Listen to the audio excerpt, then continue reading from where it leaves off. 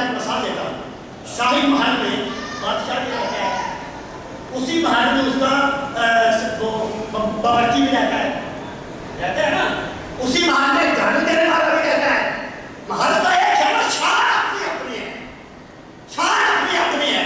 تو بھائی یہ آیا کریمہ کا پس منظر یہ بتاتا ہے کہ یہاں وہ چیز نہیں ہے, اندھے کو اندھیرے میں بڑی دور کی سولی, وہ چیز نہیں ہے, بلکہ یہاں اللہ تعالیٰ اہل ایمان کو یہ خوشخبری دیتا ہے کہ اگر تم میرے پاک نبی کے راستے پر چلو گے تو اللہ تعالیٰ تمہیں چھٹے کرے بھی اپنے نبی کے دیدار سے معروف نہیں ہوگا. اور آیت کا جو آخری جملہ ہے وہ اس پر دلیل ہے, تو حسن اولئک رفیقا. اور یہ کتنے اچھے ساتھی ہیں, ملتے نہیں, یہاں بھی لکھا ہے, کہیں لکھا نہیں لکھا, کیونکہ اس کے ساتھ استعمال ہے. تو بھائی یہ ان کا ایک استدلال ہے, تو اس کی یہ حقیقت ہے. اب ان کا ایک اور استدلال ہے, اور وہ آیات ہیں. یہ جو آیت ہے یہ ہے سورہ الحاقہ, انہ لقول رسول کریم وما هو بقول شاعر قلیلا ما تؤمنون ولا بقول کاہن قلیلا ما تذکرون تنزیل من رب العالمین ولو تقول علینا بعض الاقاویل لأخذنا منه بالیمین ثم لقطعنا منه الوتین. کہ قرآن جو ہے یہ رسول کریم کا قول ہے, اور یہ کسی کاہن کی بات نہیں ہے تو بہت کم غور کرتے ہو, کسی شاعر کا قول نہیں ہے تو بہت کم ایمان لاتے ہو. یہ اللہ تعالیٰ کا نازل کرتا ہے, استدلال کا یہ ہے وَلَوْ تَقَبَّلَ عَلَيْنَا بَعْضَ الْأَقَاوِيلِ. اور اگر یہ رسول ہمارا کوئی بات اپنے پاس سے کہے لَأَخَذْنَا مِنْهُ بِالْيَمِينِ, ہم اس کو دائیں سے پکڑ لیں, ثُمَّ لَقَطَعْنَا مِنْهُ الْوَتِينَ, پھر ہم اس کی اشارت کاٹیں. استدلال یہ ہے, وہ یہ کہتے ہیں کہ اگر رسول جھوٹا ہو, وہ بات کہے تو رب نے نہیں کہی, تو اللہ تعالیٰ فرماتا ہے ہم اس کی اشارت کاٹ دیں گے. کیونکہ بدعتی کہتے ہیں میں اپنے آپ کو رسول کہہ رہا ہوں اور میری اشارت نہیں کاٹی گئی, لہذا ثابت ہوا کہ میں جھوٹا نہیں ہوں. اگر رسول جھوٹا ہو تو اشارت کر دیں, وَلَوْ تَقَبَّلَ عَلَيْنَا بَعْضَ الْأَقَاوِيلِ لَأَخَذْنَا مِنْهُ بِالْيَمِينِ ثُمَّ لَقَطَعْنَا مِنْهُ الْوَتِينَ, ہم اس کی اشارت کر دیں کیونکہ میری اشارت نہیں کاٹی گئی, لہذا ثابت ہوا کہ میں سچا ہوں. ساری محترم, میں یہ بات عرض کروں گا کہ یہ جو چیز ہے دیگر دلائل کے علاوہ یہ تاجر کے تشبیہ کرا, کیا اگر اس سے یہی مراد ہوتی کہ جی جو بھی دعویٰ کرے گا اس کی اشارت کاٹ دیں گے, تو میں سید علی اکبر فرماتے ہیں کہ کیوں جنگ کرتے ہو مسلمان کے خلاف, اللہ خود اس کی اشارت کاٹ دے. اور مجھے بتاؤ کہ کتنے لوگوں نے نبوت کا دعویٰ کیا. یہ ایک تھا غلام محمد طہوی, 1931 میں دعویٰ کیا, 1952 میں زندہ تھا. یہ مولوی عبداللطیف 1921 میں دعویٰ کیا, 1945 میں زندہ تھا. بھائی میرا سوال یہ ہے کہ اگر اس سے یہی چیز مراد ہوتی تو پھر سرکار فرما دیتے, اور یہاں فرمایا تھا نا کہ میرے بعد 30 جھوٹے آئیں گے, وہاں فرما دیتے لوگوں گھبرانا نہیں ہے, جو بھی دعویٰ کرے گا اللہ اس کی شاہد کر دے. میرے بھائی بات یہ ہے کہ اس دنیا میں یہ عالم شہادت ہے, اس دنیا میں میرا رب غیر کو ہمیشہ غیر رکھتا ہے, ورنہ امتحان کی فلسفی ختم ہے. یہ دنیا عالم شہادت ہے, یہاں غیر غیر رہے گا. اگر یہاں جیسے آپ نے ایک بندے نے گناہ کیا, ایک لکھ دیا کہ اس کو لگ جائے, کیا گھومتے رہے تو دوبارہ گناہ کرے گا؟ نہیں کرے گا. یہاں غیر غیر رہے گا. بھائی اس آیا کریمہ سے یہ چیز مشاہدے کے خلاف ہے اور امت کے عمل کے خلاف ہے اور شریر کی آرا کے خلاف ہے. پھر یہ سوال ہے کہ بھئی یہاں پر مراد کیا ہے؟ تو بھائی القرآن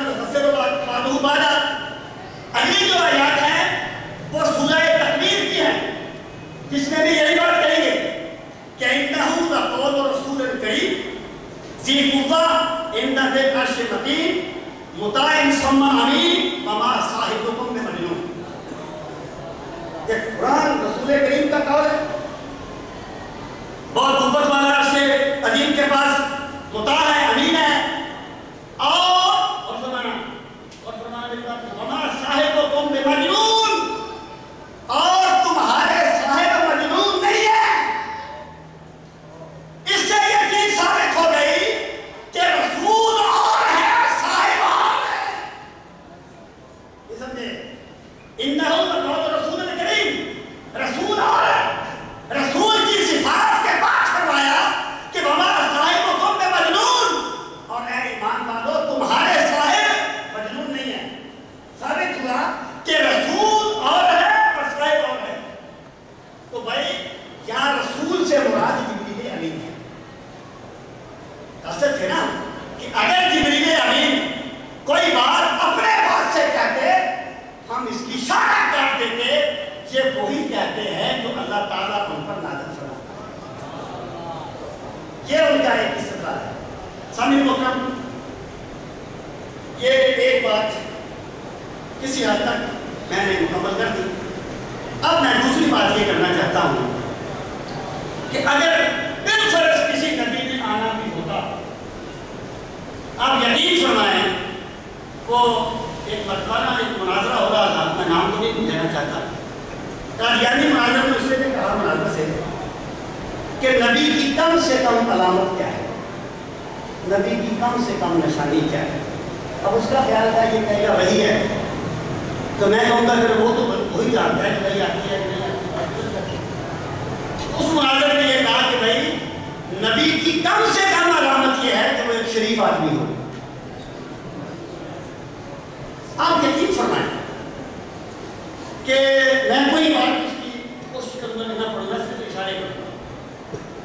میں یہ کہتا ہوں کہ مرزا غلام احمد قادیانی نے، یہ میں دعویٰ کر رہا ہوں، مرزا غلام احمد قادیانی اگر نبوت کا دعویٰ نہ بھی کرتا تو پھر بھی کافر ہوتا. مرزا غلام احمد قادیانی اگر نبوت کا دعویٰ نہ بھی کرتا تو پھر بھی کافر ہوتا. اس کی وجہ یہ ہے اس نے انبیاء کرام کی توحید کی. کیا انبیاء کی توحید کفر نہیں ہے؟ اس نے حضرت عیسیٰ علیہ السلام جن کے بارے میں اللہ فرماتا ہے کہ ہم نے انہیں بغیر باپ کے پیدا فرمایا لنجعلہم آیہ، تاکہ ہم انہیں اپنی قدرت پر نشانی بنا دیں کہ لوگوں اللہ تعالیٰ تخلیق کے لیے مرد و زن کے اختلاط کا محتاج نہیں ہے. یہ اس کا طریقہ ہے، وہ اگر چاہے گا تو کمرے کون سے بھی وہ پیدا فرما سکتا ہے. مرزا صاحب یہ کہتے ہیں کہ جناب بغیر باپ کے پیدا ہونا کون سا کمال ہے؟ برسات میں کئی کیڑے مکوڑے بغیر ماں باپ کے پیدا ہو جاتے. اب مجھے بتایا جائے کہ میرے مریم کے ذکر کو چھوڑو، اس سے بہتر بلا حیرت ہے. انبیاء کی جو توحید کی ہے، کیا وہ توحید اس کے کافر ہونے کے لیے کافی نہیں؟ جبکہ نبوت کا جو مسئلہ ہے، اور وہ میں یہ بات بھی عرض کر دوں کہ وہ کہتے تو یہ ہے نا کہ مرزا جی ہیں وہ ذلی نبی ہیں، برودی نبی ہیں، یہ ہے وہ. مرزا تو یہ کہتا ہے کہ انبیاء گھر سے بودا اند بسے من بعرفان کم ترم سے کسے. یہ اس میں نے لکھے بھی ہیں چیزیں رسول مسیح کے شعر ہیں کہ اگرچہ انبیاء بہت آئے لیکن میں عرفان میں کسی سے کم نہیں ہوں. جو بندہ یہ کہے کہ میں موسیٰ کلیم سے کم نہیں ہوں، جو بندہ یہ کہے کہ میں حضرت ابراہیم خلیل سے کم نہیں ہوں، میں کسی نبی سے کم نہیں ہوں، تو کیا آپ اسے مسلمان سمجھیں؟ بھائی نبوت کا مسئلہ تو یہ ہے کہ اگر یہاں آواز بھی اونچی ہو جائے تو ایمان چلا جائے. تو پہلی چیز یہ ہے. اور جس طریقے سے اس نے صحابہ کرام کی توحید کی، جس طریقے سے میں نے کبھی کوئی بات نہیں پڑھی، نہ پڑھوں گا، سیدہ فاطمہ الزہرا رضی اللہ تعالیٰ عنہ کے بارے میں جو بکواس کیا، جو کچھ کہا، میں کہتا ہوں بھائی ان کی روشنی میں اگر کوئی بندہ یہ کہتا ہے کہ جناب وہ مرزا غلام احمد قادیانی کو ایک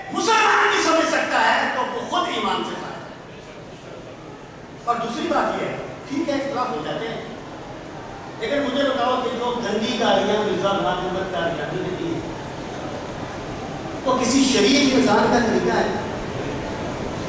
آپ یقین فرمائیں، میں آپ کے ذوق کو کرکرا نہیں کرنا چاہتا، مجھے کیا یاد آتی ہے اس پر صبر کرتے ہیں، اس میں نے لکھی ہے، مجھے کیا یاد آتی ہے بھائی، انبیاء کی شان یہ ہوتی ہے اگر وہ محسوس کریں کہ میری قوم ضد، حق درمی اور انا پرستی کی حد پہ پہنچ گئی، یہ حق کے مخالف دیکھے نا، وہ کسی نے کہا تھا کہ قاتل کو کوئی قتل کے آداب سکھائے، دستار کے ہوتے ہوئے سر کاٹ رہا ہے۔ یار دوستی کے بھی تو کچھ اصول ہوتی ہے، دشمنی کے بھی کچھ اصول ہوتی ہے، یعنی دوستی بھی کسی کو حد نہیں ہوتی ہے، دشمنی بھی کسی حد میں ہوتی ہے۔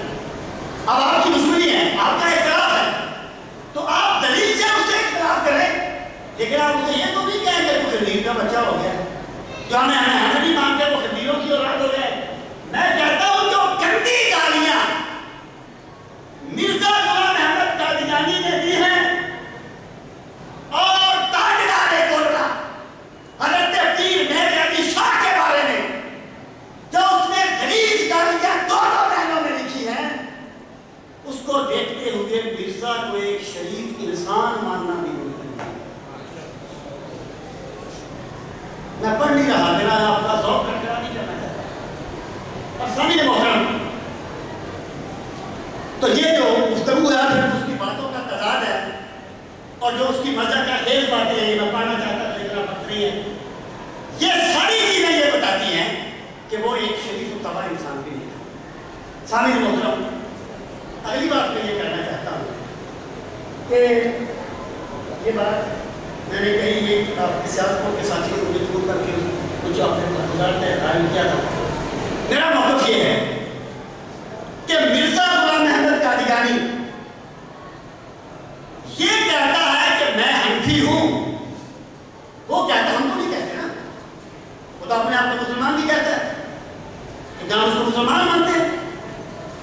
اگر وہ حنفی ہوتا تو کس طریقے سے نبوت کا دعویٰ کرتا؟ یہ بات تو میں مسلم علیہ قسم کے بعد کہہ رہا ہوں کہ وہ یہ کہتا ہے کہ میں فقہ حنفی کی پیروی کرتا ہوں، کرتا نہیں ہے، کچھ بولتا ہے، جیسے اپنے آپ کو مسلمان کہتا ہے، ہم اس کو نہیں مانتے۔ میرا سوال یہ ہے کہ امام کی پیروی کیوں کی جاتی ہے؟ اماموں کی پیروی کیوں ہوتی ہے؟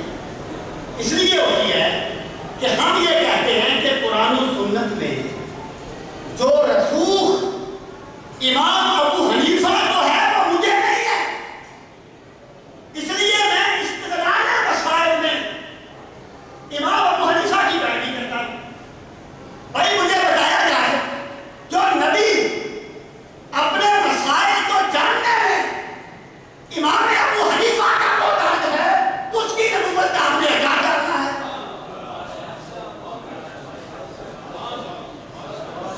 یعنی جو نبی خود ایک غیر نبی کی پیروی کرتا ہے بغور اسے کرتا نہیں ہے، اس کی نبوت کا ہم نے احاطہ کرنا ہے، وہ کس لیے؟ اور سامعین محترم اگلی بات میں یہ کہوں گا کہ دیکھیں رات ہی میرے پاس جو دوست گئے تھے، میں نے ان سے بات عرض کی تھی کہ میں ہر رائٹر کو یہاں تک پڑھنا ضرور کرتا ہوں، بخدا میں نے کبھی فرق نہیں کیا، اور اس پہ آپ مجھ سے اختلاف نہیں کر سکتے ہیں کہ جس بندے سے مجھے اچھی چیز ملے میں اس اچھی چیز کی تعریف نہیں کرتا، بندے کی نہیں کرتا، بندے سے جو اختلاف ہے وہ ہے اچھی چیز۔ ایک دوسرے کے ساتھ بول سکتا ہے نا، ایک دوسرے کے ساتھ بول سکتا ہے نا، کرتا ہوں۔ میں کہتا ہوں کہ مرزا غلام احمد قادیانی اس کا سارے کلام میں کوئی جازبیت نہیں ہے، یہ جگاری کرتا ہے، جگاری جذباتوں کی جگاری کرتا ہے، کوئی جازبیت نہیں ہے۔ قادیانیت پھیلی کیسے؟ قادیانیت اس طرح پھیل گئی کہ میری جو قوم تھی یہ استدراج میں اور معجزہ میں پھیلتی ہے، یہ استدراج میں اور کرامت میں فرق نہیں کر سکتے، ورنہ وہ جانتے ہیں کہ یہ خدا کرامت میں نہیں ہے، یہ استدراج ہے۔ بھائی میرا سوال یہ ہے کہ نبی جیسا بھی ہوگا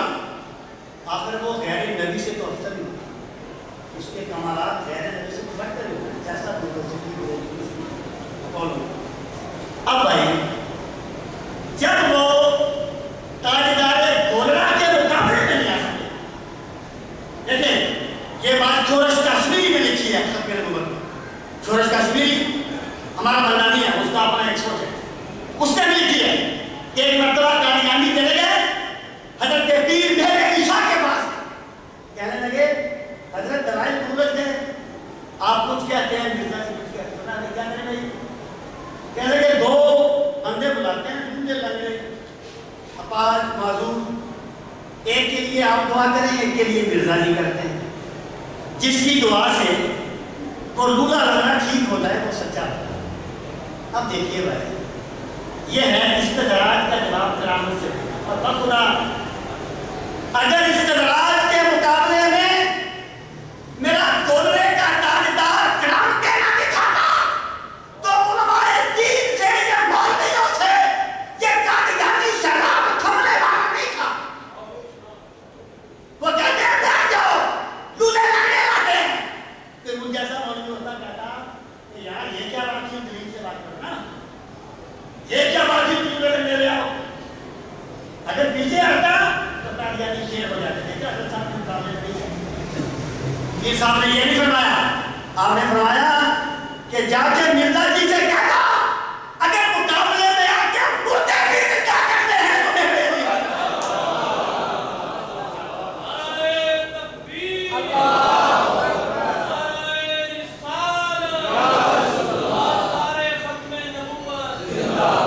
قادیانی نہ مقابلے میں آئے نہ انہوں نے آنا تھا۔ ایک مرتبہ آپ نے فرمایا کہ مرزا جی سے کہہ دو کہ گھوڑے پہ بیٹھ کے میرے سامنے سے گزر جائے، میں اسے گارنٹی دیتا ہوں کوئی اس پہ حملہ نہیں کرے گا۔ آپ کے خادم کہتے ہیں اس وقت تو مجھے بات سمجھنا ہے۔ پھر میں نے بات کیا پوچھا کہ حضرت وہ کیا بات تھی، آپ نے فرمایا گھوڑے پہ بیٹھ کے کہہ رہے، آپ نے فرمایا دریا کچھ نظر کا فائدہ گزرنا میرے سامنے سے، پھر میں دیکھتا ہے کہ وہ کس طریقے سے توبہ نہیں کرتا۔ اور جب اس نے کہا کہ سورہ فاتحہ کی تفسیر لکھو تو پیر صاحب نے فرمایا تھا تو بھی قلم رکھ کے ٹیبل پہ رکھ، جس کا قلم لکھے گا وہ سچا ہوگا۔ میں استدلال یہ کرنا چاہتا ہوں کہ جو بندہ سرکار کے غلاموں کے غلاموں کے غلام کے مقابلے میں نہیں آ سکتا وہ نبی کس چیز کا ہے؟ تو بھائی یہ چیزیں اگر عقل نہ ماری گئی تو اب میں آخری بات کر رہا ہوں، ختم ہو گیا، کہ جو قادیانی سوچ ہے یہ بیسیکلی 3 چیزوں پر قائم ہے، یہاں تک میں نے اس کو سمجھا۔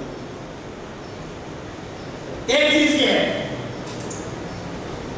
کہ یہ لوگ حضرت عیسیٰ کی آمد کو غلط معنی میں پیش کرتے ہیں، یعنی ہم بیان جو علماء فرماتے ہیں نا کہ بھئی جدید کبھی نہیں آئے گا، تو وہ اس سے کہتے ہیں کہ جدید شریعت والا نہیں آئے گا، قادیانی کہتے ہیں تو سرکار کی شریعت والا آ سکتا ہے۔ جتنے بھی وہ قول کر کے کرتے ہیں دراصل وہ اس پس منظر کو غلط مفہوم میں بناتے ہیں اور پھر اپنے استدلال۔ ایک بات، اور دوسری بات یہ ہے کہ یہ مذہب جو ہے یہ ہمیشہ مجازی معنی دیتا ہے اور مجازی معنی سے آپ میں نے ایک مثال دی تھی کہ ایک بندہ اگر کہے کہ بندہ آپ کو وہاں ملے گا جس کے سفید کپڑے ہوں گے، جس کی اتنی بڑی داڑھی ہوگی اور اس کو تم یہ چیز دے دینا۔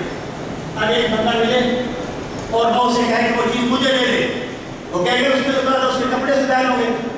اس نے کہا کہ نہیں، اس سے مراد یہ تھی کہ اس بندے میں تقویٰ بڑا ہوگا، اور یہ کپڑے میں نے کہا ہے کپڑے سفید سے مراد یہ تھی تقویٰ بڑا ہوگا اور داڑھی سفید ہوگی، اس سے مراد یہ تھی کہ وہ بندہ بڑا نیک ہوگا، اگر میں قریب سے ہوں مجھے دے گا وہ چیز۔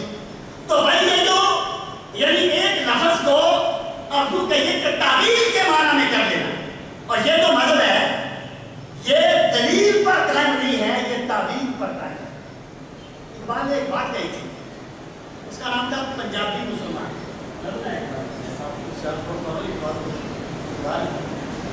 تو اقبال نے کہا تھا اب جانتے کہ قادیان پنجاب میں تھا اور اس